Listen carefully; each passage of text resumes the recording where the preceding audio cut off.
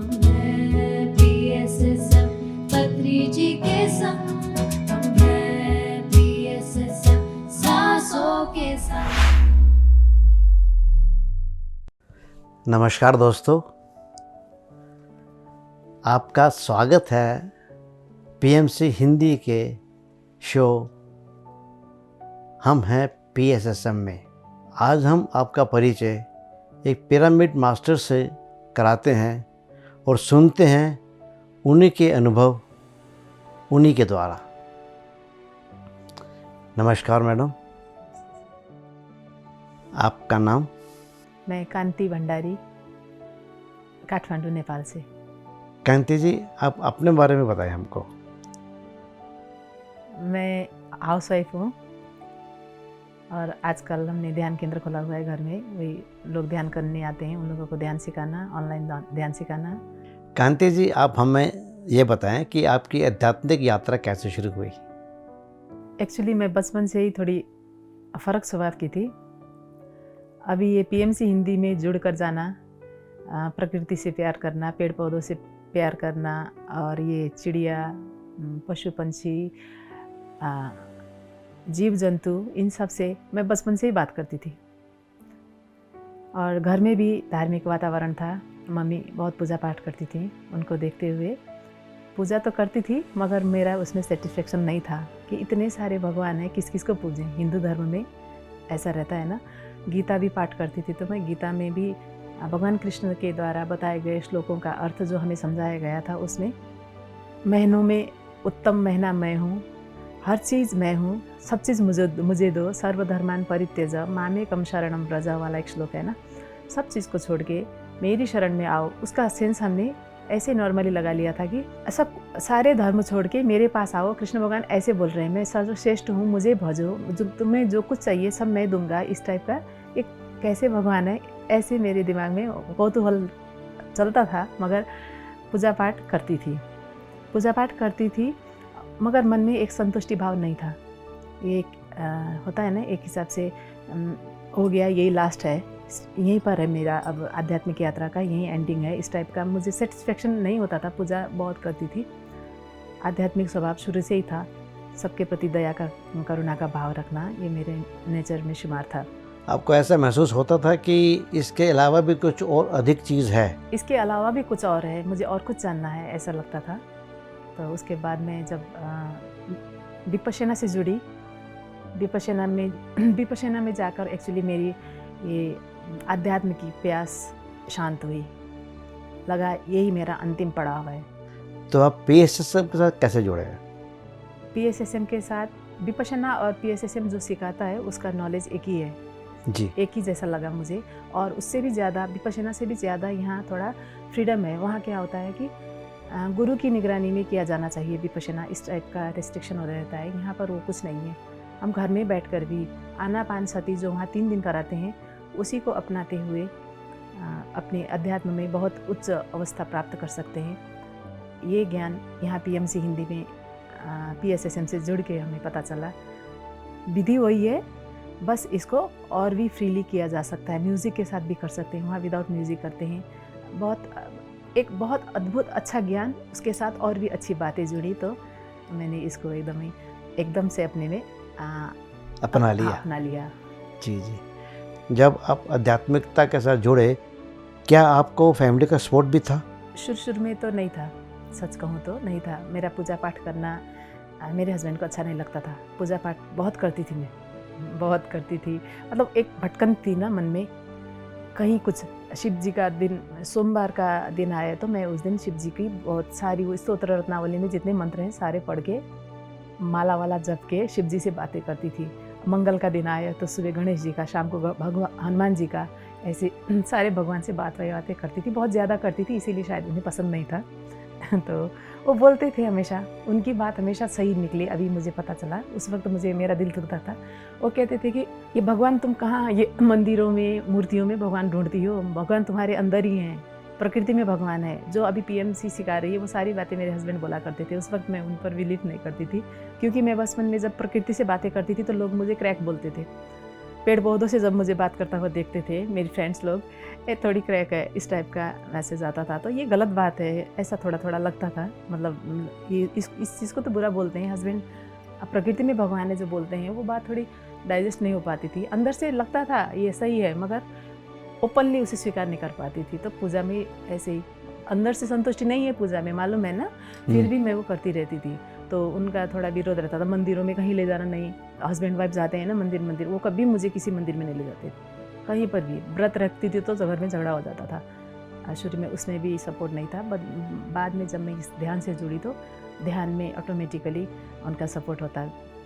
आपको फिर अच्छा पूरा सपोर्ट किया आप जी लोगों हाँ, का। उनका जी, सपोर्ट मिलने लगा फिर। जी जी जी। तो आपको आनापानसति ध्यान कैसा लगा? बहुत अच्छा, यही मेरा अंतिम पड़ाव है। आनापानसति ध्यान करने से पहले मैं विपश्यना जाया करती थी। विपश्यना और इसकी विधियाँ सेम एक जैसी हैं। तो विपश्यना जब गई थी, मुझे उसी वक्त मैं जो ढूंढ रही थी वो चीज़ें यहाँ हैं। यही मैंने ढूंढा था कि नो गुरुडम, किसी साकार रूप की पूजा नहीं है। बुद्ध के सिखाए गए ध्यान को हम अपना रहे हैं, मगर बुद्ध की मूर्ति बनाकर पूजने का रिवाज नहीं है यहाँ पर। ये जी, सबसे अच्छा जी, लगा जी, था मैं हाँ, विपश्यना जब गई थी। मेरे अंतर मन से मैंने ढूंढी चीज़ मैंने विपश्यना में मुझे मिली थी।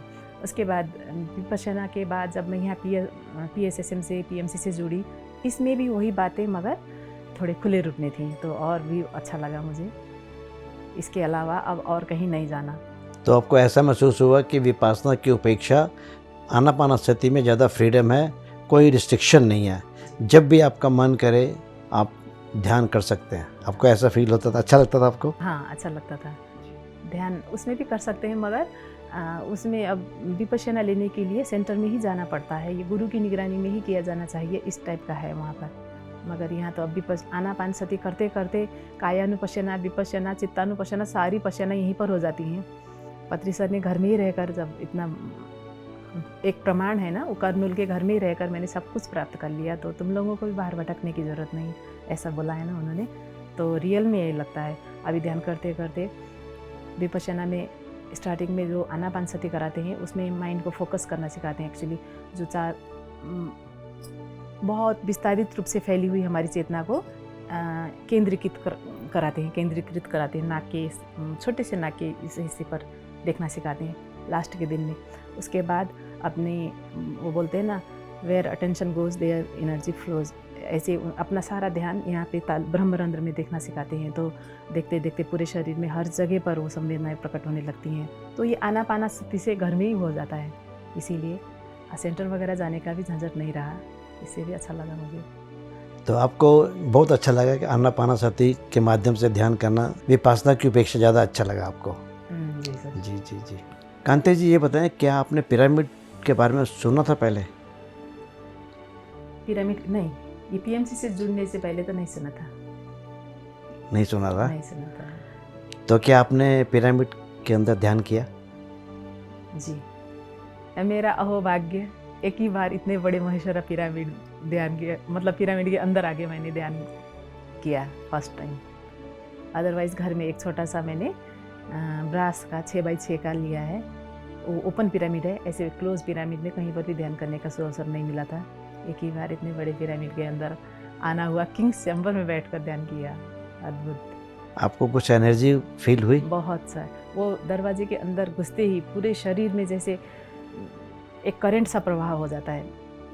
बहुत ही एनर्जेटिक प्लेस है वो, पता चलता है। दूसरों की तरह बहुत सारे विजन वगैरह ऐसे तो नहीं आए मुझे, मगर वो वहाँ बैठते ही जैसे स्टेबल नहीं रहता मेरा शरीर, पूरे ऊपर से नीचे तक शेक करता है। और भी एक्सपीरियंसेस अच्छे अच्छे हुए हैं।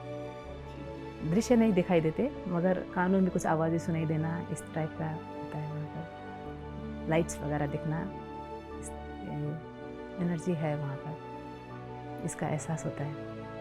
कांति जी, आप हमें ये बताएं, क्या आप शाकाहारी हैं कि मांसाहारी? शाकाहारी हैं सर। एक्चुअली मैं गुरुकुल में पढ़ी हूँ, बचपन से गुरुकुल में पढ़ी हूँ, देहरादून के गुरुकुल में पढ़ी हूँ। तो वहाँ पर शाकाहारी ही था, मगर मायके में इधर घर में जो था वहाँ पर मांसाहार करते थे। मगर मैं यहाँ आकर भी वैसे ज़्यादा नहीं खाती थी। घर में था खाने का सिस्टम, मगर नहीं खा पाती थी। अगर मैं कच्चा मांस देख लूँ, किसी को पकाते हुए देख लूँ, तो वो भी नहीं खाया जाता था मेरे से।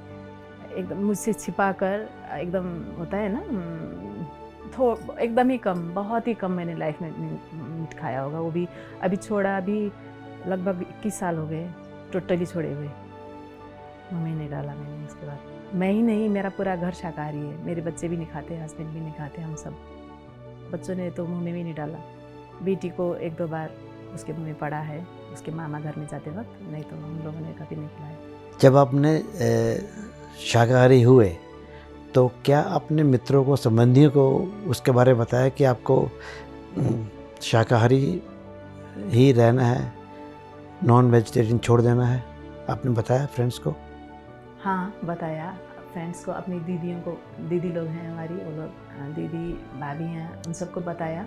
प्रचार किया आपने? नहीं, उस वक्त तो प्रचार के इंटेंशन से नहीं कि ये गलत चीज़ है, हेल्थ वाइज ये थोड़ी, इससे हमें हेल्थ इश्यू आ सकते हैं, नहीं खाना चाहिए। बीमार उसका भी मार्केट में तो बीमार पशु का भी मांस मिल रहा है, तो इसे हमें नहीं खाना चाहिए, हेल्थ के हिसाब से समझाया था उस वक्त। जब पीएमसी से जुड़े उसके बाद तो जैसे ये तो हमारा परम कर्तव्य हो गया।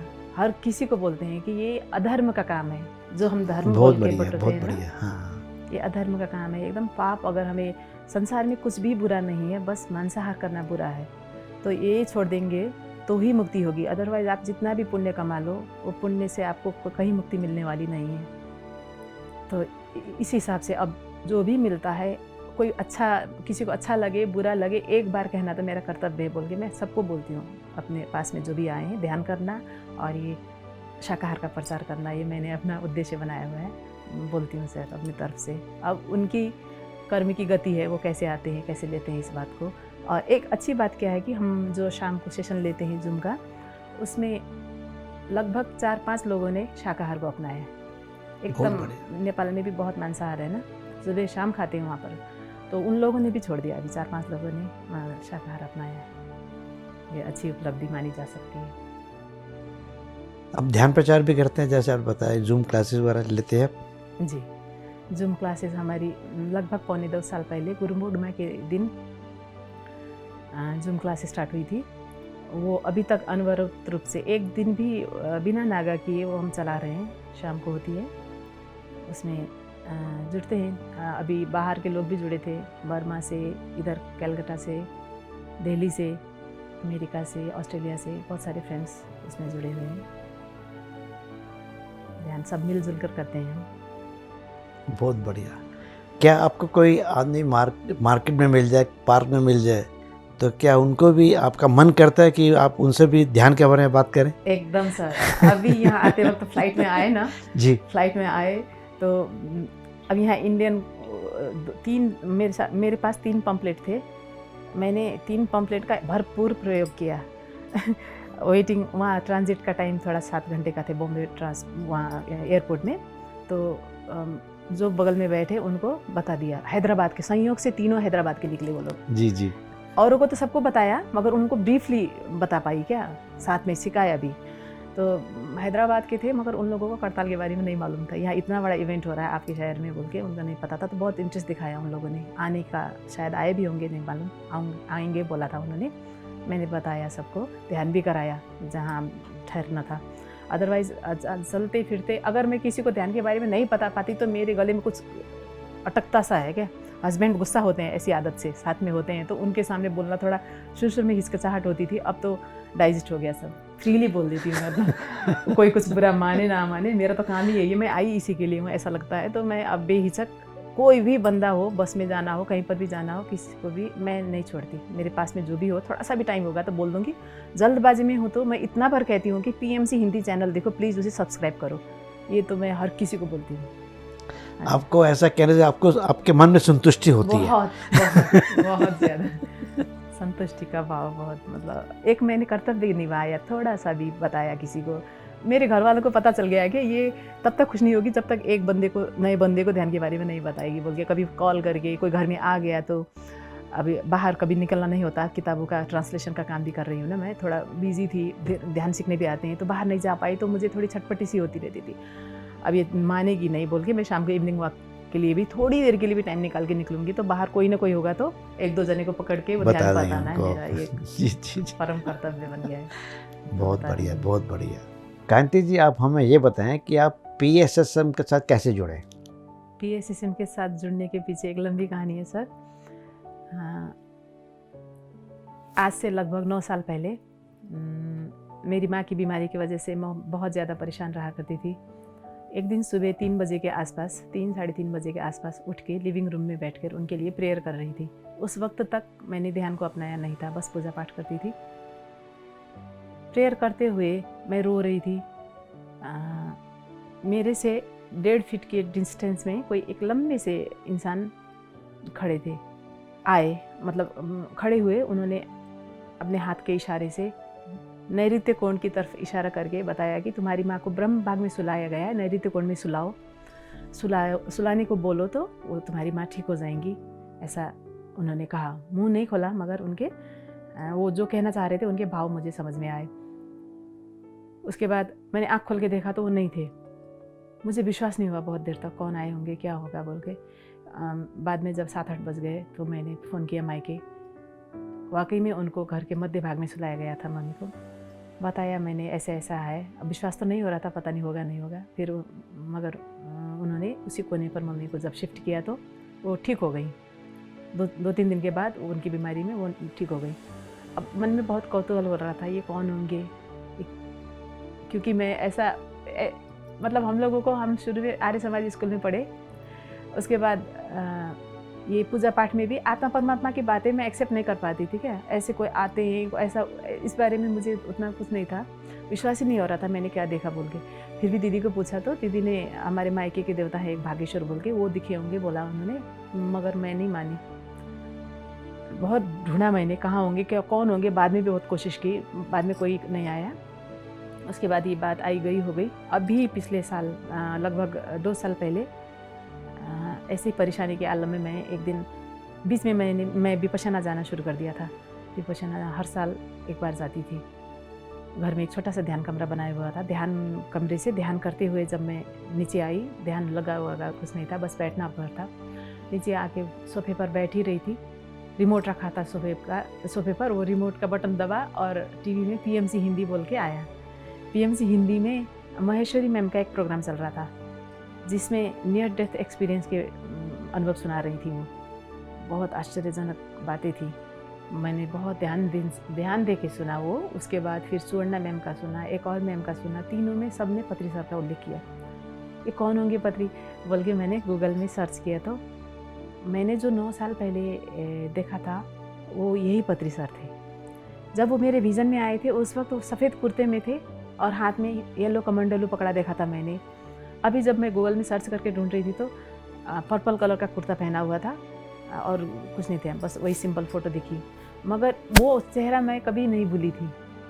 और मैंने ये घटना ये होने के बाद 4-5 महीने के बाद मेरा मिलना हो गया पत्री सर से।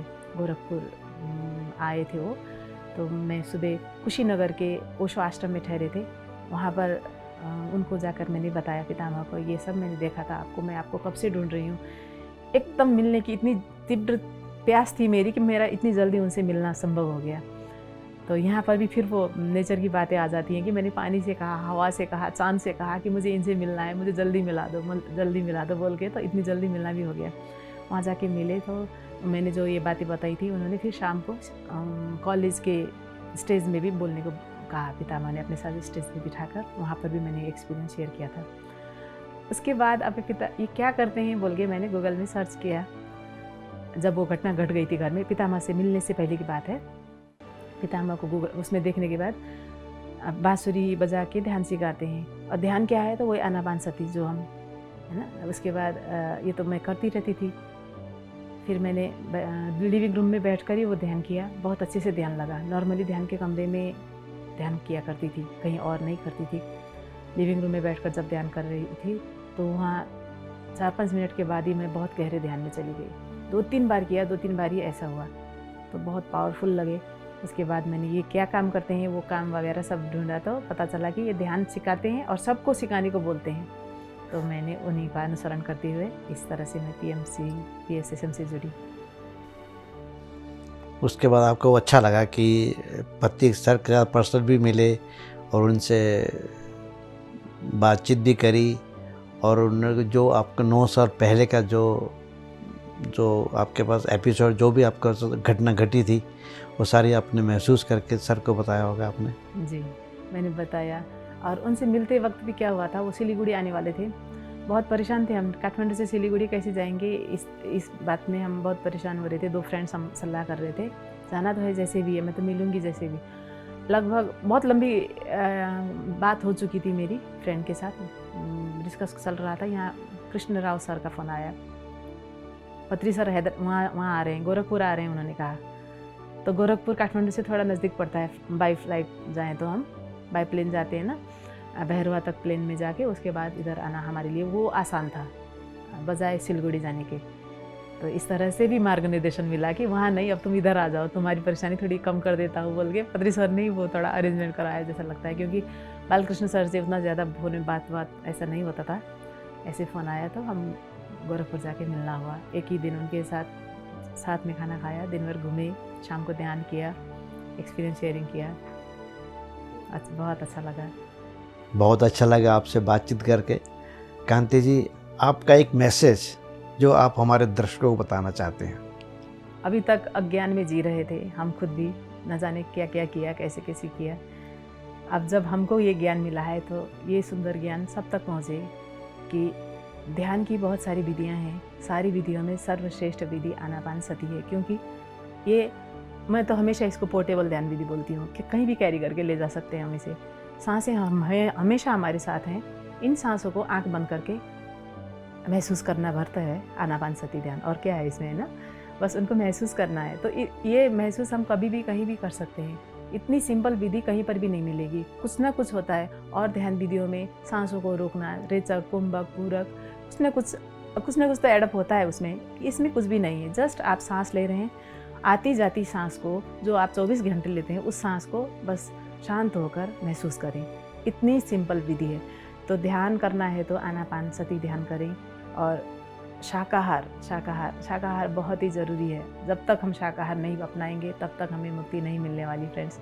तो शाकाहार को विशेष महत्व दें, ध्यान करें।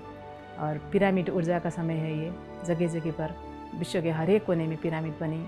सब पिरामिड बनाने में अपना सहयोग करें। हर एक व्यक्ति ध्यानी, शाकाहारी और पिरामिड जगत की स्थापना, मैत्री जगत की स्थापना करने में अपनी तरफ से योगदान दें।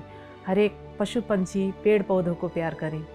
मेरा मेन मैसेज यही है कि हर व्यक्ति ध्यानी, शाकाहारी बने और पिरामिड ऊर्जा का प्रयोग करें। अपना जाने हुए ज्ञान को दूसरे को बताने में देरी ना करें। आज पता चला तो कल ही दूसरे को बता देना है। जैसे हम कर रहे हैं, ऐसे ही हर कोई करे। ध्यान के बारे में सबको बताने का वक्त आ गया है। बहुत बढ़िया आपने हमको अपने बारे में बताया। बहुत अच्छा संदेश आपने हमारे दर्शकों को दिया। कांति जी, आपका बहुत बहुत धन्यवाद। मुझे भी अपने विचार प्रकट करने के लिए जो मौका आप लोगों ने दिया है, इसके लिए पीएमसी हिंदी परिवार को दिल से शुक्रिया करना चाहती हूँ। और मुझे यहाँ तक पहुँचाने का सारा श्रेय मैं ब्रह्मर्षि पितामह सुभाष पत्री सर को देना चाहती हूँ।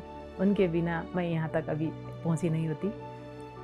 उनके आंतरिक मार्गनिर्देशन से मैं आज इस जगह पर पहुँची हूँ। इसके लिए उनका भी बहुत बहुत बहुत धन्यवाद।